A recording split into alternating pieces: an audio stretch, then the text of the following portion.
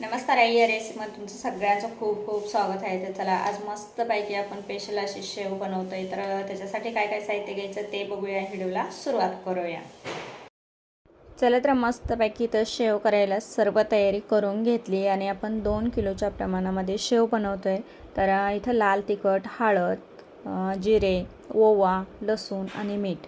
चला तर एवढं साहित्य रेडी करून घेतले आणि लगेचच आपण इथं लसूण, जिरे आणि ओवा तर हे छानपैकी मिक्सरच्या भांड्यामध्ये बारीक वाटून घ्यायचा पाणी टाकून आणि जेवढा बारीक होईल तेवढा आपण वाटण करून घेणार आहे याच्यावाला.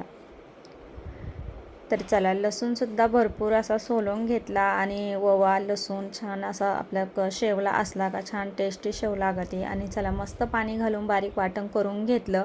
पीठसुद्धा चाळून घेतलं. आपण इथं पुड्याचं पीठ वापरतोय तरी चाळून घ्यायचं, तुम्ही घरी दळत असले तरी पण चाळून घ्या. तर छानपैकी चाळून घेतलं का मस्त आपलं पीठ एकसारखं होतं. तर चला दोन्ही पुढे आपण चाळून घेतले. लगेच चवीनुसार आपण मीठ टाकून घ्यायचं, हळद टाकून घ्यायची, थोडेसे इथं आपण लाल तिखट टाकून घेतलं. जेणेकरून तुम्ही कितपत तिखट खात्या त्या पद्धतीने तुम्ही तिखटाचा वापर करा. जेणेकरून काही लोक कमी तिखट खात्या, काही जास्त खात्या, त्याच्यामुळे तिखटाचं प्रमाण सांगता येत नाही. तर चला लगेचच आपण सर्व साहित्य घालून घेतलं आणि इथं जेणेकरून इथं वाटण करून घेतलं होतं आपण लसूण, ओवा आणि जिरे. तर हे वाटण करून घेतलेलं लगेच साहित्य आपण चाळणीने चाळून घ्यायचं आणि त्याला चाळूनच घ्यायचं, म्हणजे छान आपल्या सोऱ्यामध्ये कण अडकत नाही. तुम्ही किती बारीक केलं तरी चाळणीने चाळूनच पाणी टाकायचं, त्याचं मस्तपैकी पाण्याचा सॉस येतोय बघू शकता. सगळं साहित्य आता मिक्स करून घ्यायचं, जेणेकरून जेवढं पाणी आपण इथं ओव्याचं घेतलं होतं त्या पाण्यामध्ये छान मिक्स करून घ्यायचं अगोदर आणि नंतर थोडं थोडं पाणी घालून याचं मिक्स करून घ्यायचं. पाणी घालायची जास्त घाई करायची नाही लगेच, जेणेकरून पीठ एकदम बारीक असतं तर फसण्याची शक्यता असते, पटकन पातळ होण्याची शक्यता असते. त्याच्यामुळं पाणी हे बेताने घालायचं किंवा थोडं थोडं अंदाज घेत घालायचं.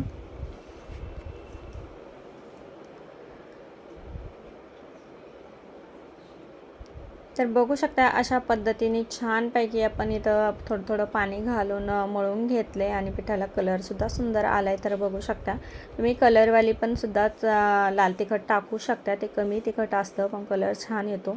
मस्त पीठ मळून झालं, एक घाणासुद्धा तयार झाला आहे आपल्याला. तर टाकताना व्हिडिओ स्किप झाला आणि बघू शकता मस्त बारीक शेव होती आणि बारीक शेवला जास्त वेळ लागत नाही तळायला, पटकन लगेच लाल होती. तर चला अशा पद्धतीने आता आपला एक घाणा झाला, दुसऱ्या बी आपण करून घेऊ आणि सगळे शेव आपण ह्याच पद्धतीने करून घेणार आहे.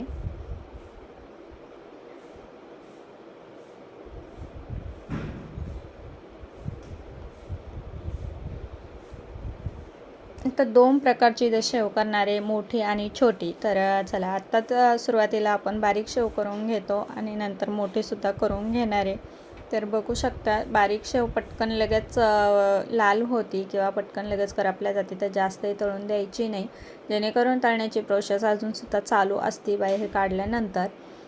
तर चला अशाच पद्धतीने सर्व शेव आपण आता करून घेणार आहे छानपैकी बारीक मोठे.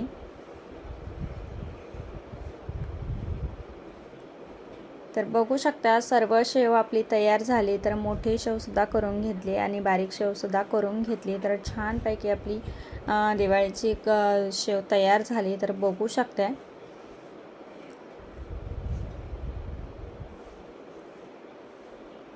तर छान कुरकुरीत आपली शेव तर रेडी झाली. तुम्हीसुद्धा ह्या पद्धतीने नक्की करून बघा. लाईक करा, शेअर करा, चॅनलवर नवीन असेल तर सबस्क्राईब करा. व्हिडिओ पाहिल्याबद्दल धन्यवाद.